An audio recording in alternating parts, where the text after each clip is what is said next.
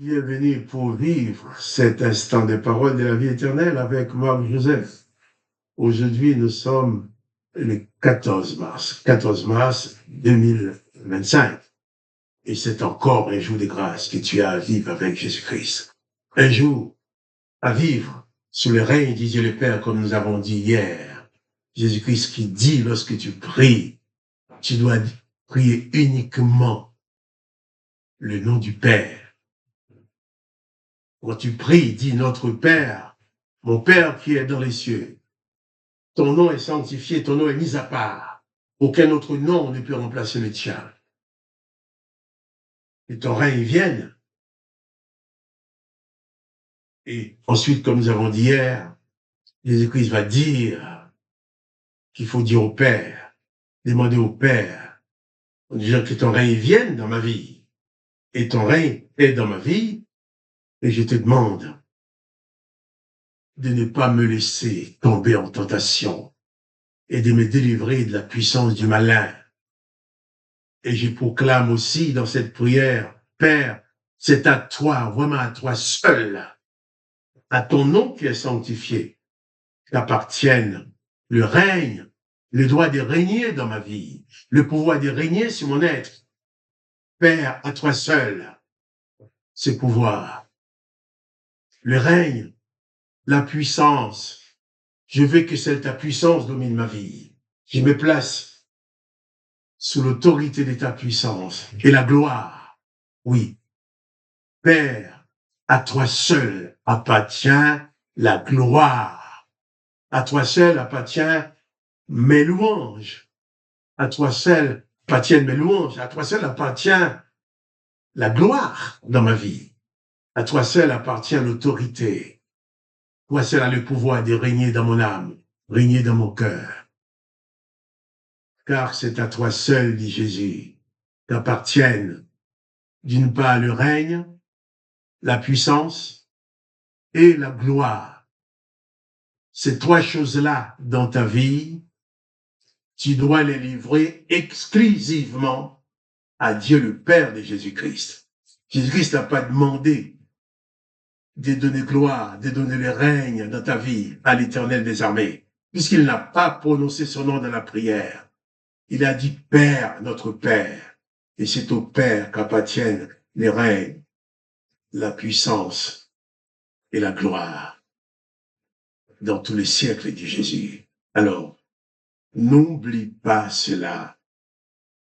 Tous les jours de ta vie, quand tu ouvres ta bouche, tu dois donner gloire uniquement au Dieu le Père. Jésus dit, car c'est à toi, Père, appartiennent les règnes, la puissance et la gloire. Et Jésus va dire encore quelque chose d'une extrême importance dans Matthieu chapitre 6, et cette fois-ci au verset 14.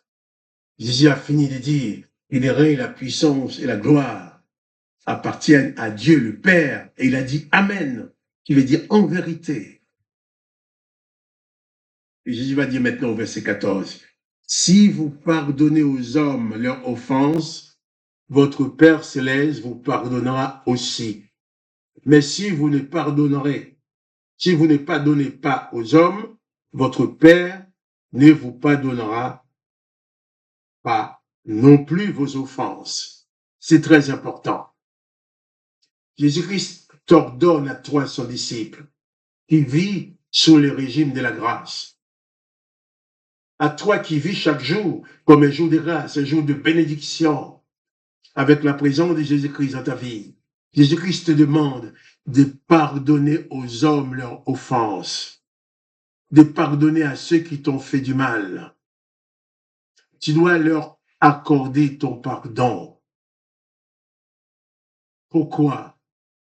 Jésus-Christ n'est pas venu sur la terre pour prolonger le règne de l'Éternel des armées. C'est pas vrai. Les prédicateurs, les pasteurs, les gens qui te disent ça, ils te racontent des mensonges. Jésus-Christ n'est pas venu sur la terre pour prolonger le règne de l'Éternel des armées dans ta vie. Si le règne de l'Éternel des armées devrait continuer dans ta vie pour te sauver, Jésus-Christ ne serait pas venu. D'ailleurs, les serviteurs de l'Éternel n'auraient pas massacré Jésus. Jésus-Christ est venu pour t'extirper de ce règne de malédiction, de vengeance que l'Éternel a mis sur les hommes, pour t'installer dans le règne de la grâce. Là où toi, tu vas recevoir la grâce du Père, et toi, tu vas faire grâce aussi à ceux qui pêchent contre toi. Jésus insiste, si vous pardonnez aux hommes leurs offenses, votre Père céleste vous pardonnera aussi. C'est le contraire de l'Éternel des armées qui demande de ne pas pardonner, qui demande de pratiquer œil pour œil, dent pour dent, pied pour pied, main pour main, blessure pour blessure. C'est le contraire de l'Éternel des armées qui dit à ceux qui croient en lui, tu feras à l'autre exactement la même blessure qu'il t'a faite. Parce qu'il ne faut pas pardonner. Il faut toujours exercer la vengeance, dit l'Éternel des armées. Mais Jésus-Christ dit le contraire. Non seulement il dit que tu dois pardonner, tu dois pardonner. Il insiste pour te dire que si tu ne pardonnes pas à ceux qui te font du mal, le Père Céleste ne pourra pas te pardonner non plus. Comment expliquer ça? À chaque fois que tu refuses de pardonner à quelqu'un, tu fais revivre tes propres péchés. À chaque fois que tu refuses de faire grâce à quelqu'un, tu t'exclus toi-même de la grâce du Père que Jésus-Christ est venu manifester dans ta vie. Si tu as reçu la grâce de Dieu, la grâce du Père dans ta vie, si tu reconnais l'avoir reçue, eh bien, tu dois être un distributeur, une distributrice de la grâce. Tu dois faire aussi grâce à tous ceux qui te font du mal. La même grâce que tu as reçue, tu dois la partager. Tu dois la distribuer aux autres. Dieu ne t'a pas fait grâce pour toi seulement. Dieu te fait grâce, Dieu le Père te fait grâce dans le nom de Jésus-Christ, afin que tu puisses faire grâce aux autres. Jésus-Christ va même dire à ses disciples, à toi qui crois en lui, ceux à qui vous pardonnez les péchés, leur péché leur sera pardonné. Ceux à qui vous ne les pardonnez pas, ils ne leur seront pas pardonnés. Mais comment peux-tu ne pas pardonner à quelqu'un si tu es disciple de Jésus-Christ?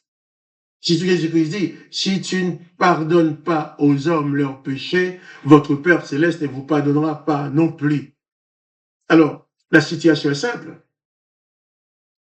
Si tu condamnes l'autre, tu détiens en toi, tu possèdes en toi la condamnation.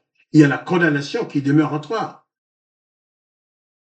Dans une seule vie, on ne peut pas mélanger la condamnation et la grâce. Si tu choisis d'être rempli de condamnation pour pouvoir juger et condamner les autres, c'est que tu as choisi de ne pas avoir la grâce dans ta vie. Si tu n'as pas la grâce dans ta vie pour les autres, il n'y en a pas pour toi non plus. C'est pas que le Père, lui, va refuser de te pardonner. C'est toi qui rejettes le pardon du Père en refusant de pardonner à l'autre. C'est toi qui t'exclus de la grâce en refusant de faire grâce à l'autre. Je reviendrai sur ce verset avec toi demain, car c'est d'une extrême importance que tu saches pardonner. Demain, Dieu voulant, je reviendrai sur ce verset avec toi. Si vous pardonnez aux hommes, Dieu le Père vous pardonnera. Mais si vous ne pardonnez pas aux hommes, Dieu le Père ne vous pardonnera pas non plus, parce qu'il n'y aura pas de place en toi pour la grâce, étant rempli de malédictions et de condamnations que tu mets sur les autres. Que le nom de Dieu le Père soit glorifié. Que le nom de Jésus-Christ soit glorifié. Que toi, tu sois richement béni par la présence de Jésus-Christ dans ta vie. Et moi, Joseph, je te dis, pas de panique. Pardonne à tous ceux qui te font du mal et que tu sois un disciple accompli pour Jésus-Christ. Je te dis aussi à demain pour les paroles de la vie éternelle.